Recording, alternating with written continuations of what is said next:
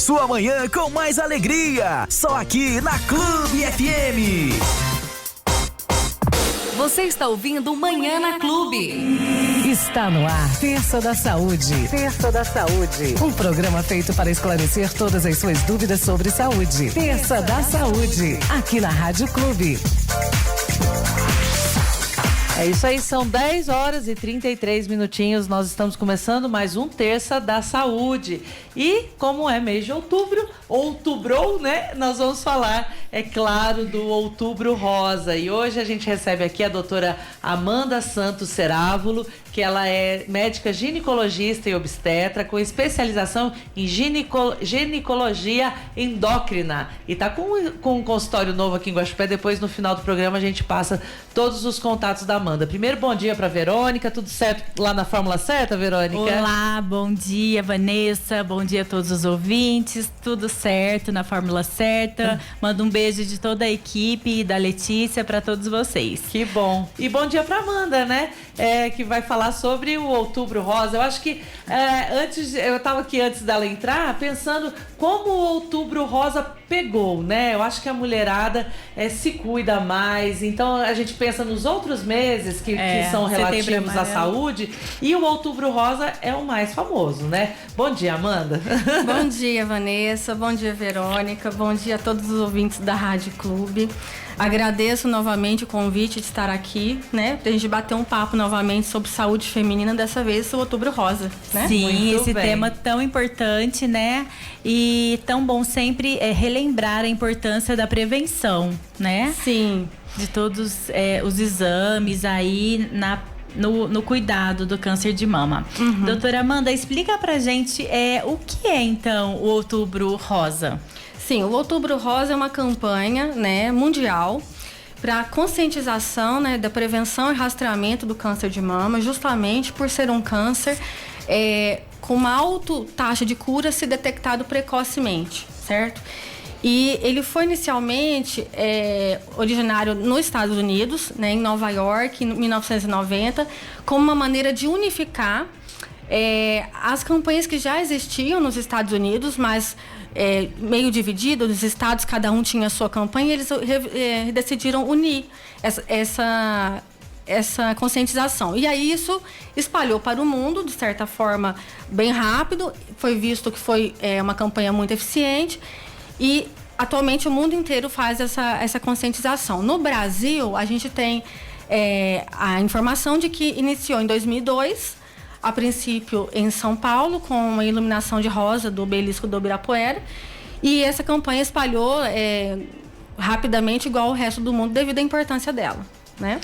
E aí nós vamos falar um pouquinho da prevenção, né, do câncer de mama. O que é o câncer de mama, na verdade? Sim, o câncer de mama é igual aos outros tipos de câncer. Na verdade, é um crescimento anormal, acelerado, desordenado, né, das células que formam um tumor. Ela pode ser de origem genética, ou seja, hereditária, mas também pode ser por mutações causadas tanto por fatores de risco quanto por hábitos de vida não saudáveis, né? Então, é importante ressaltar isso, porque cerca de 5 a 10% somente dos cânceres são genéticos. No caso de câncer de mama. O estilo de vida, os fatores externos, exatamente, eles interferem muito, né? 90% Olha, dos casos. Coisa, né? 90% dos casos. Então, é fundamental a gente ressaltar a importância da mudança de estilo de vida, mudança dos hábitos, porque 90%, né, gente? E como que pode se prevenir, né, a ocorrência desse tipo de câncer? Então, conforme eu expliquei, os fatores de risco, existem os fatores modificáveis, né, que são os hábitos de vida, e os fatores de risco modificáveis, e os não modificáveis, que é a questão genética, hereditária, né, que a gente não consegue mudar. Então, como existem muitas atitudes que a gente pode fazer, de mudar no nosso estilo de vida, é muito importante a gente ressaltar isso. Muita gente pergunta para mim, como que se previne o câncer de mama? Né? E as pessoas, eu volto a pergunta, e as pacientes geralmente falam, a gente vai ter que fazer mamografia. Eu falei, certo, só que a prevenção não é com mamografia, né? O pessoal confunde. Então, a prevenção, o que é prevenir, né? É você tomar atitudes para evitar que o câncer apareça, né? Então, quais são essas medidas de prevenção? Mudanças de hábitos de vida, ou seja, evitar a obesidade, ter uma dieta adequada, com baixa ingesta de açúcares, né, de gorduras saturadas, porque a gente sabe, inclusive, que se a gente diminuir o colesterol ruim e aumentar o colesterol bom, a gente tem a tendência de diminuir em 50% o risco do câncer. Olha. É muita coisa. É muita coisa, né? Isso. Então, a gente tem que pegar firme nessas atitudes, porque dá uma diferença gigantesca. Então, evitar a obesidade, a dieta adequada, atividade física, evitar sedentarismo. O tabaco, ele é altamente cancerígeno, ele tem inúmeras substâncias cancerígenas, né? E o uso de álcool também. O uso de álcool, tem muitas pessoas que não conhecem essa informação, ela gera risco de câncer de mama. Existem estudos que indicam que, comparando mulheres que ingerem bebidas alcoólicas das que não ingerem, a gente tem um risco aí de 15% a 50% maior nas que ingerem. Outro fator que a gente tem como modificar, que as pessoas não sabem, é a amamentação. Muita gente não sabe, a amamentação previne câncer de mama. E quanto mais tempo você amamentar, maior a prevenção, e essa prevenção ela é cumulativa, ou seja, ao longo das gravidezes. Então, isso é interessante as pessoas saberem. Amamentar previne câncer. Além de ser, lógico, para o nenê, de fundamental importância, maravilhosa para a nutrição. Acha que é mito isso, não, né? Isso é verdade. É verdade. É uma verdade. A amamentação, ela ajuda muito. Ela mantém o nível hormonal, evita que existem oscilações hormonais causadores de câncer. E quando a gente amamenta, a gente tem uma troca de células constante, muitas vezes conseguindo eliminar células que às vezes estavam com o DNA alterado. Olha que maravilha. Isso. Então são o dia a dia, né? As atitudes diárias que você vai conseguir prevenir aí não só o câncer de mama, mas qualquer tipo de câncer Isso né? vale para todo tipo de câncer, né? A gente tá falando sempre de fala, mama, né? mas... Boa alimentação, atividade física. Isso daí não tem como. A vida um pouco mais equilibrada, né? Exatamente. Isso influencia em 90%. Muito né? bem. E muitas pessoas até me perguntam, e o anticoncepcional? Isso aí é uma queixa muito comum das pacientes com relação a isso, da relação do anticoncepcional com o câncer de mama. É o seguinte, existem inúmeros estudos muito controversos sobre o assunto, tá? Então, não se tem uma relação direta relacionado, né, do câncer de mama com o uso do anticoncepcional. Esse risco não está quantificado, né? Porque a dosagem do hormônio é mínima, né? Isso, muito então baixa. assim, não tem estudo que relaciona diretamente, isso não está bem estabelecido. Ao contrário, está bem estabelecido que o uso do anticoncepcional previne certos cânceres, inclusive. Previne câncer de ovário, previne câncer de endométrio de útero, e isso é uma informação que as pessoas não sabem. Então, isso é importante passar, porque muitas pacientes deixam de usar o anticoncepcional, se expõem a uma gestação não planejada por falta de informação. Com certeza. Né? Doutora, eu tenho aqui várias perguntas dos ouvintes que foram mandando para a farmácia e aqui para a rádio também, que são algumas perguntas, assim, mitos e verdades, né? Aleatórias que a gente gostaria de fazer. O uso de sutiã apertado causa câncer de mama? Não causa câncer de mama. Prótese de silicone mascara a detecção do câncer de mama? Não. Os exames atualmente são bem fiéis para o câncer de mama, não tem influência de prótese. E como que fica aquelas pacientes que têm prótese de silicone? Elas podem fazer mamografia normalmente? Podem fazer, isso é uma dúvida comum. A técnica utilizada é outra, mas pode fazer mamografia, sem problema. Tá. Mulheres com seio pequeno, elas têm maior probabilidade de não ter câncer de mama? Não. Isso aí é um mito. A gente sabe que o câncer de mama, ele começa com menos de 1 centímetro. Inclusive, existe câncer de mama em homens. Nossa. Basta ter tecido mamário para ter o câncer de mama. 1% dos casos de câncer de mama são de homens. Então, nada tem a ver com o tamanho da mama, gente. Não importa isso, tá? O uso de desodorante com alumínios causa câncer de mama? Isso é um mito ou uma verdade? É um mito. Não tem relação direta, os estudos não comprovaram. Depilação a laser pode gerar câncer de mama? Mito ou verdade? É um mito. A radiação é outro tipo, não tem relação com câncer de mama. Ultrassom de mamas rastreia câncer de mama? Mito ou verdade?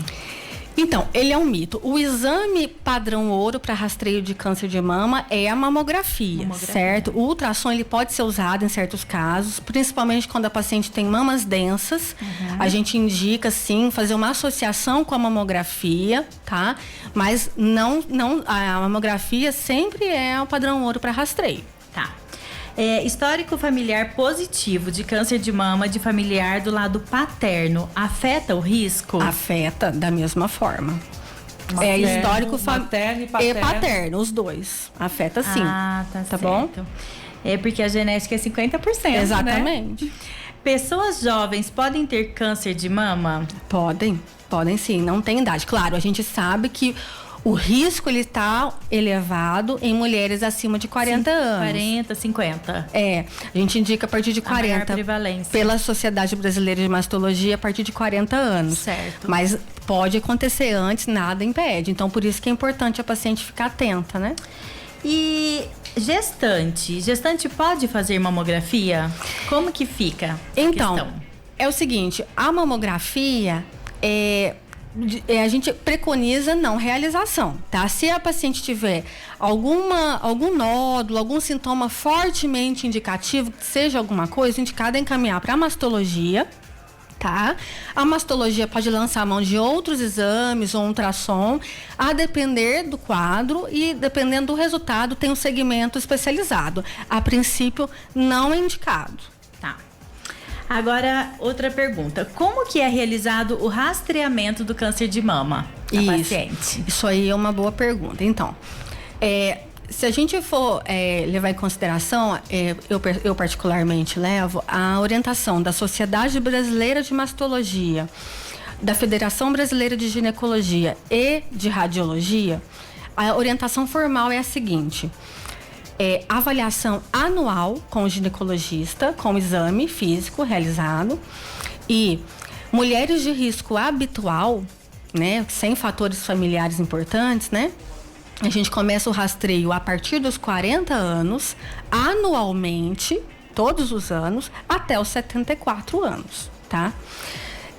Isso para risco habitual. Se a paciente tem algum histórico familiar importante, que justifique, né, uma abordagem mais de perto, mais incisiva, a gente pode lançar mão de outros exames. Existe a ressonância magnética e a idade pode diminuir um pouco, né? A gente começa mais cedo. E, segundo o Ministério da Saúde, eles orientam a partir de 50 anos, a cada 2 anos, até 69. Ok. E quais são os principais sintomas? Sim, então, os principais sintomas que são relatados é o seguinte: a paciente pode começar a sentir, às vezes, alguma nodulação diferente, um vermelhidão, um inchaço que não tinha, a pele... Causa dor? Às vezes sim, às vezes não. Por isso que é importante a avaliação anual com o ginecologista. Muitas vezes a paciente fica esperando um sintoma, um sinal, ele não pode não aparecer. Pode, né, ser totalmente quietinho ali, pode indolor. Muito escondido. Isso, né? exatamente. E às vezes quando aparece já tá avançado. Já tá avançado. Então, assim, geralmente nódulos, vermelhidão, inchaço, a pele, aquele aspecto de casca de laranja, retração do mamilo, saída de secreção mamilar, às vezes transparente, pode ser sanguinolenta, geralmente de um lado só. Certo. São sintomas para acender aí o sinal amarelo e procurar a avaliação do ginecologista. Aí procurar o ginecologista. E como que fica a sexualidade nessa hora? Então, essa aí é uma abordagem que eu acho muito interessante. Eu gosto muito de focar nessa parte. Porque eu acho que quando a mulher recebe um diagnóstico desse, o mundo dela acaba, né, gente? Fica bem complicado. Nós estamos com a Kênia aqui. A Kênia é uma ouvinte assídua aqui do nosso programa. A gente meio que até acompanhou o tratamento dela aqui de câncer de mama. E ela tá dando vários pontinhos aí, depois no final a gente comenta tudo. Tá bem, ok. Então, Bom dia, Kênia. Bom dia. A sexualidade é um pilar que eu acho que atualmente todo ginecologista, todo profissional de saúde que lida com a paciente oncológica deve abordar. Por quê? Antigamente não se falava muito disso. A expectativa de vida do câncer era outra, os tratamentos eram outros. Atualmente a gente sabe que se diagnosticado cedo, né? O tratamento é promissor e com chance até de 95%. Então, a expectativa de vida da paciente atualmente é outro, completamente diferente. E a vida sexual acompanha a paciente, ela é de fundamental importância para a saúde. Inclusive, defendida pela Organização Mundial da Saúde como um pilar da qualidade de vida. Então, isso aí deve ser abordado com cuidado, com carinho, precocemente com a paciente, porque a gente sabe que inúmeros fatores podem influenciar. Cerca de 20% a 30% das pacientes que têm um tratamento de câncer de mama ou diagnóstico, ainda não começou o tratamento, pode ter uma disfunção sexual, né? E isso se deve a vários fatores. Primeiro, o psicológico. Claro, Né? O baque da notícia, né? O baque da notícia. Segundo, que o câncer de mama, ele atinge a principal, digamos, símbolo de feminilidade da mulher, né? De sexualidade da mulher, que é a mama, né? Então, isso aí atinge diretamente essa queixa sexual. Fora que durante o tratamento, a gente tem ali queixas que podem aparecer decorrente do tratamento mesmo. Então, ressecamento vaginal, dores, desconfortos, enjoos, náuseas. Então, tudo isso também tira a disposição da mulher para o sexo, né? E é de fundamental importância a gente ressaltar que na sexualidade existem várias formas de sexualidade, né? E elas devem ser trabalhadas junto ao ginecologista. A gente associa junto ao acompanhamento da psicologia de fundamental importância nesse caso, né? E para trabalhar com a paciente outras formas de sexualidade, inclusive orientar o parceiro, a parceria, né? Sobre a importância do acompanhamento, da ajuda, da acolhida, da compreensão do parceiro com relação a isso. Claro. Então, a paciente, ela está totalmente... tem que ser encorajada a manter a vida sexual ativa, porque isso é de fundamental importância.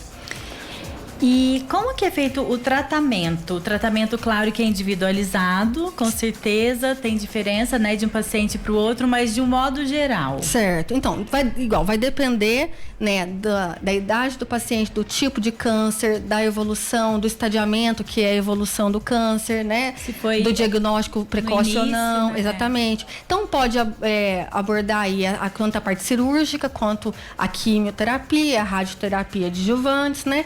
Mas aí vai de acordo com a avaliação do mastologista, junto com o oncologista, que vão definir para cada paciente o tipo de tratamento que vai ser empregado, né? Deixa eu colocar aqui a Kênia, que é essa nossa ouvinte querida, ela falou: eu acho muito linda a campanha do Outubro Rosa, fiz menopausa e tive câncer de mama, estou curada.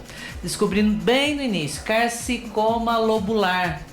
Fiz mastectomia, estou seguindo para reconstrução. Uhum. E ela descobriu porque o mamilo dela retraiu. Exatamente, é um dos sintomas. Olha, que exatamente. Uma coisa importante da gente falar sobre isso. As pessoas me perguntam, e o autoexame, né? Eu posso utilizar o autoexame para rastreio do câncer? Olha, há mais de 10 anos, a Sociedade Brasileira de Mastologia desaconselha o autoexame para rastreio de câncer de mama, tá? Ele é de fundamental importância para autoconhecimento da paciente, a paciente se sentir vigilante, é muito aconselhado. Agora, ela nunca deve ser utilizado o autoexame somente para rastrear o câncer. Como uma ferramenta única, isso, né? Muitas vezes porque o câncer começa muito pequeno e a paciente às vezes não detecta, né? E aí não procura. Então, por isso que teve um desencorajamento de fazer o autoexame para rastreio, né? Porque as pacientes tinham a tendência de fazer o autoexame no banho, geralmente, né?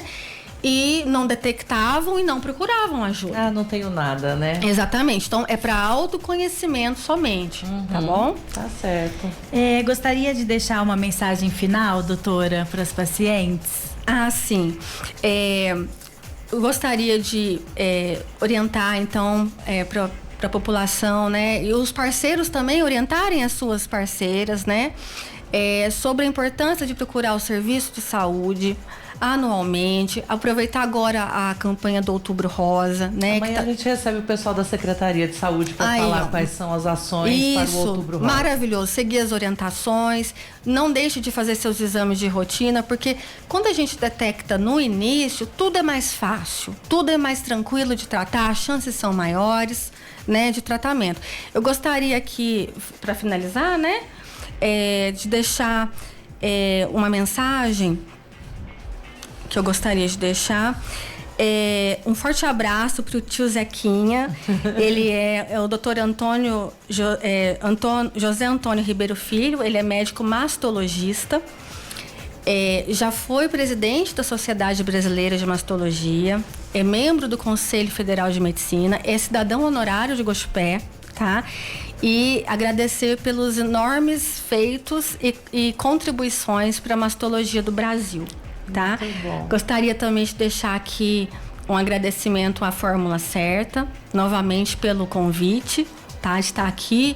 É muito satisfatório participar de um programa como esse, junto com a Fórmula Certa. Nós tá? agradecemos a presença.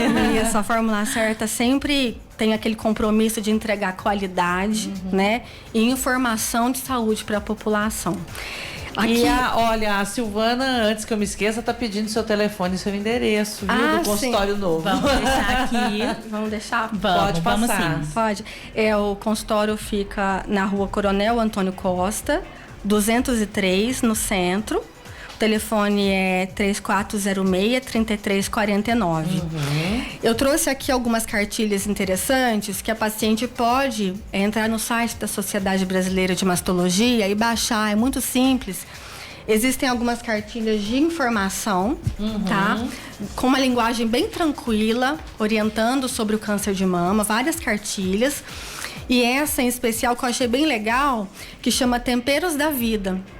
No site da sociedade você consegue baixar. Para pacientes que têm câncer de mama, estão em tratamento, ele indica várias receitas sobre bebidas, comidas para minimizar os sintomas. Então tem receitas aí para minimizar enjoos, que legal. Perda de apetite, um ganho de peso, né? Anemia, baixa imunidade. Então é uma cartilha bem bacana que a gente consegue baixar facilmente da internet com muita dica legal. Muito bem. Viu? Meninas, muito obrigada mais uma vez. Super informativa. Amanda, foi muito bom ter você aqui. E obrigado, Verônica, mais uma vez. Bom dia a todos. Amanda, muito obrigada pela presença. Vocês. Obrigada Até a próxima. Obrigada, Vanessa. Obrigada, Vanessa. Um abraço. Abraço. E fica aqui com a gente no nosso Manhã na Clube. A Rádio Clube apresentou Terça da Saúde.